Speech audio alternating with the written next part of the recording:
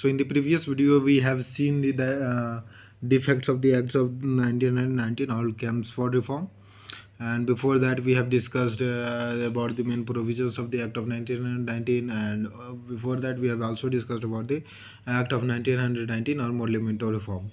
So today we are going to discuss about the diarchy or diarchy in provinces. So the British government had declared its intention to introduce British responsible government in India, as we have seen, but it was to give an a step by step on the basis of the success of the first installment of the responsible government.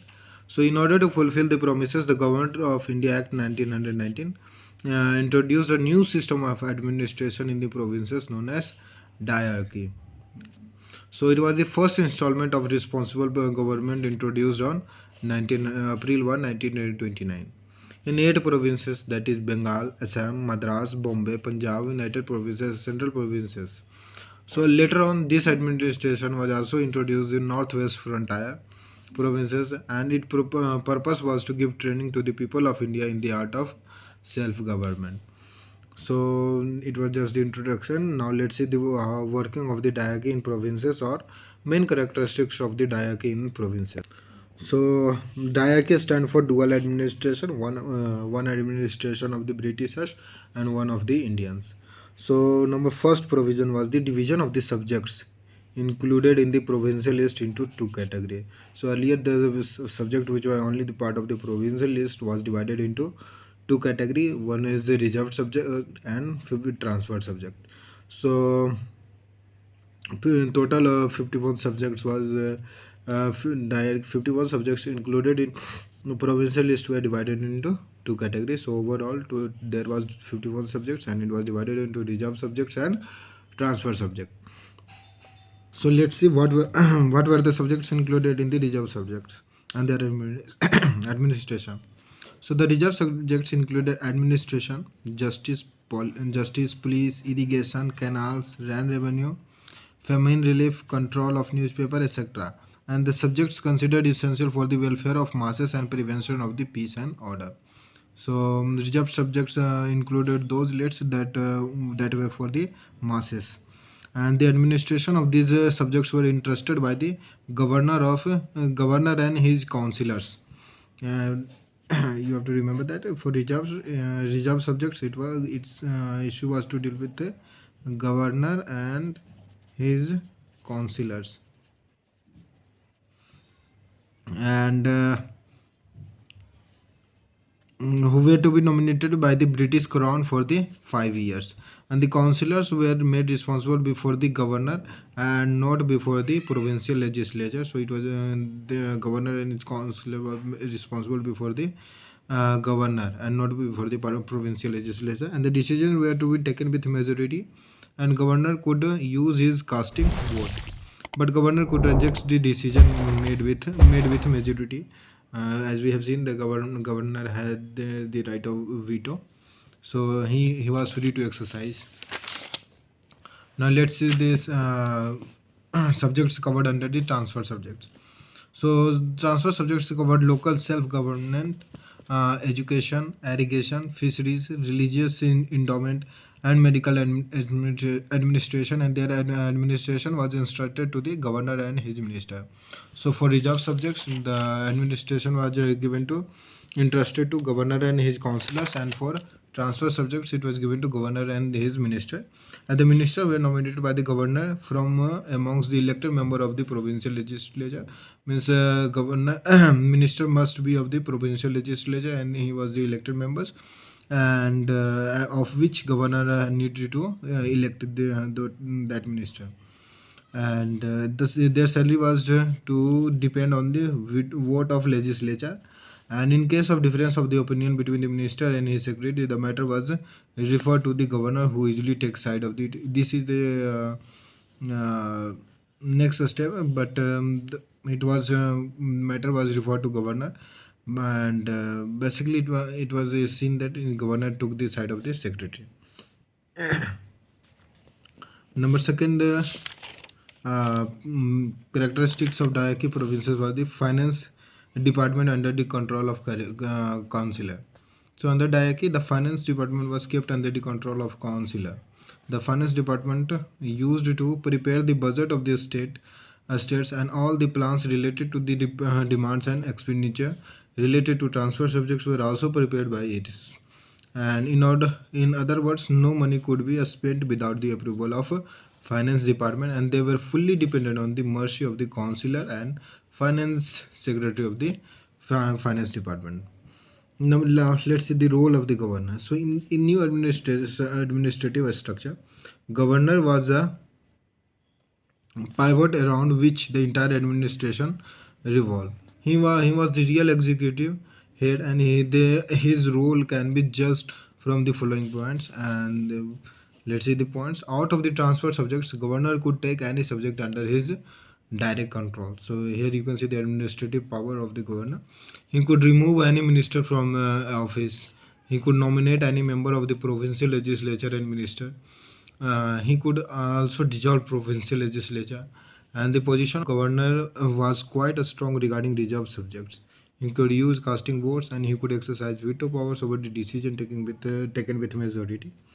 Governor could exercise veto power over the bills passed by the state legislature. So now let's see the factor responsible for the failure of the diarchy. So Diarchy, no doubt, worked for over 16 years. Yet it worked during this period, and the following weakness of his systems were these systems were noticed. All the factors were responsible for its failure are as follows. Number one is Diarchy was wrong in principle. Means the division of the two administration was illogical. Means the subject division was illogical. The administration in an organic unit and its division into two parts was not a step in the right direction. Here, illogical division subjects was like agriculture was included in the transfer subjects, whereas irrigation was included in the reserved subject. So, and another example you could see is that industrial development was included in the transfer subject, whereas subjects like water, electricity, mines, which is important for the industrial developments, were included in the reserve lists. So, in this circumstance, the administration could not run properly. Also, the main demerit or the main reason for the failure of Diarchy was the autocratic position of the governor. As we have seen, he had excessive rights or authority. So, for the success of responsible for the chief executive head should be the nominal head, but the Act of 1919 given governor made governor as the head and given him the more power. So due to this, it became as the autocratic position of the governor.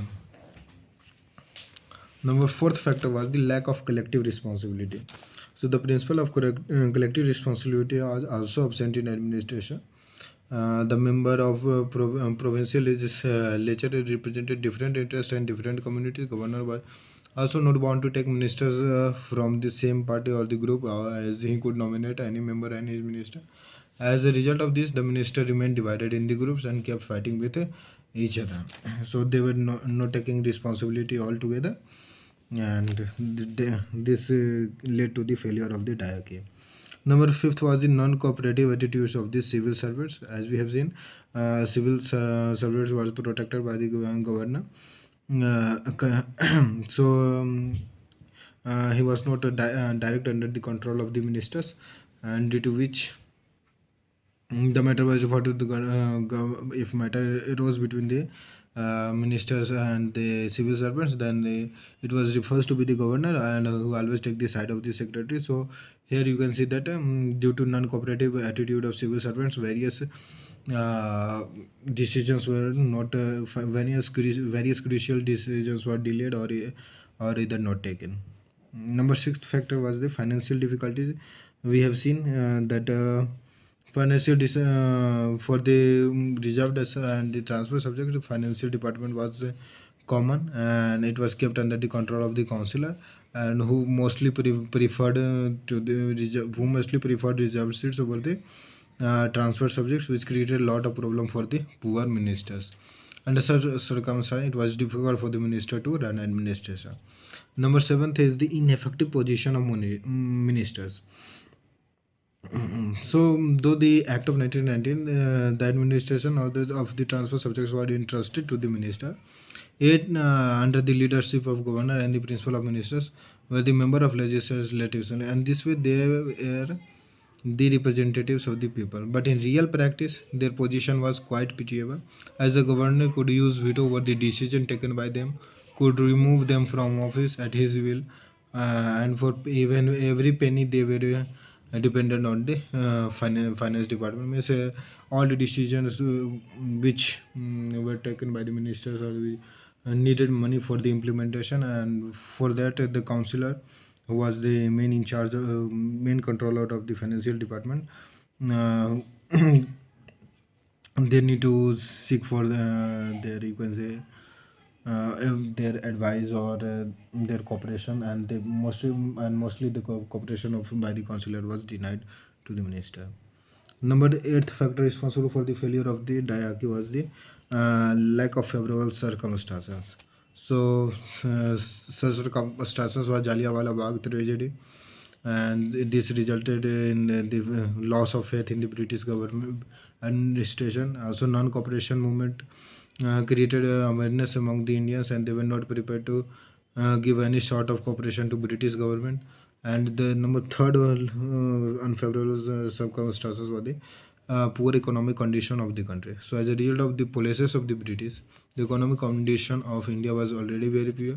But due to failure of the monsoon in 1920, it deteriorated still further, and the people of India held the British administration responsible for this. Number fourth, circumstances which favored the failure of Diarchy was opposition by the League and Congress. Here, here League, Muslims League, and both Congress opposed the Diarchy, uh, and it was much below their expectation. Because they had expected more from the this administration, or they expected more from the British administration, but it was not given to them. So, according to Apodarai, the failure of Diarchy was to a great extent due to non-cooperative attitude of the Congress and the League. Number fifth was the conservative attitude of bureaucracy. The rank and the file of bureaucracy did not want to surrender the power which they were using. Therefore, they worked hard for the failure of the ministers, and they wanted to prove that ministers were incompetent.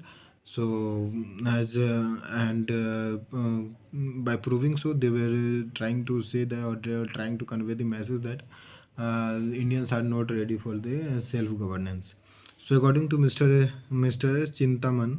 Chintamani, the non-cooperative attitude of bureaucracy was the most important reason responsible for the failure of Diarchy. Number six was the attitude of Swarajists. So, after the Lahore session, when the non-cooperation movement was called off, some of the members were get separated, and they formed the Swarajist, and it was headed by the Lala Lajpat Rai. So, I think yes, Lala Lajpat Rai. Sorry, it's Motilal Nehru. So, they refusal of the Swarajists to form ministers, and then continuous efforts to bring breakdown did not allow the responsible government to function properly. Also, the lack of the interest of the lack of interest on the part of the Indians. So, people in the beginning, so very interested working. But it later period, it's showed lack of interest in the working of the partial responsible government, as they thought they would get something more important in the near future. Even the liberals and moderates, who were quite optimistic in the beginning, gradually it became disappointed. And number eighth factor which proved to be the failure of the Diarchy was the resignation of Montague. So, the resignation of Mr. Montague, the sympathetic Secretary of State of India, on March 9, 1922, gave a severe blow to the working of Diarchy. The circumstances under which he relinquished his office, means he left off his office, gave the impression that he was sacrificed to satisfy the sacrifice to satisfy the diehard conservatives who did not like his Indian policy. Because we have seen that it was Monte declaration that certain more relief was given to the Indians. So Indians thought that as he cooperated to the Indian policy, therefore he was punished and he was relinquished. He was forced to leave his post. So this gradually damped the spirit of the liberals who entrusted with the task of sowing the seeds of responsible government in India. So, in spite of its inherent defect, Diarchy was adopted under unlucky star. Unlucky star means here various circumstances were there which did not favor the Diarchy, ins- but it was a good, you can say, approach. So let's see the how it was basically how is it contributed towards the constitutional development. So though the diarchy had been criticized widely and it was defective system also, yet it was a step forward in the direction of the development of representative institution and responsible type of government in India. Diarchy, in real sense, initiated responsible government in India. Before this, the people had the right to control the legislative council, but no control over the executive. So, Diarchy, after coming implementation of Diarchy, it given the control.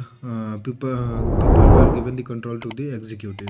Now, great changes was made in this. The member of the provincial legislative council who were people's representatives were given control over the administrative departments. They were entrusted the responsibility to make policies about the departments under their control and they could give orders to the British officers working under them.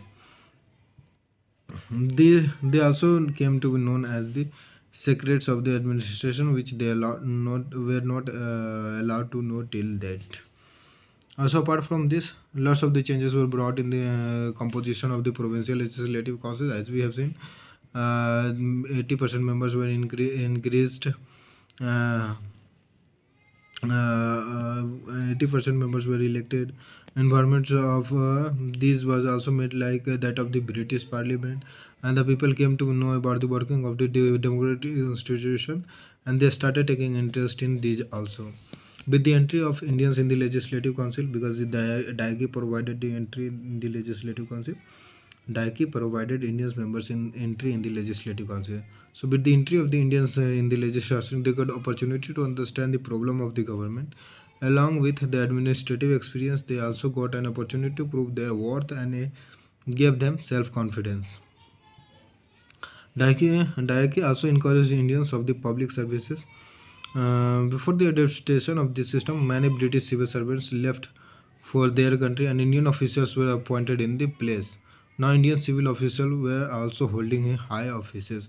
As we have seen previous that Lord Curzon and other previous secretary and governor has said that high officers will be not given to Indians. But after the coming of the 1917 and 1919 Act and of the Diarchy, higher officers were given to Indians. And minister working in the provinces also paid their attention toward the removal of social evils, and this area they brought lot of changes. Diarchy worked in India for 16 years from 1921 to 1937. During this period, the British government felt that India's administration cannot run properly without making the executive responsible to the legislature. Apart from this, the feeling of nationalism had become so strong among the Indians that they part in Indian administration as their birthright. So you can see how much nationalism at that time has gone a strength or has gained a strength. So now only the step forward could be taken. There was no question to take backward step. So for now, let's stop here. In the next video, we will see the Government of India Act 1935. So thank you.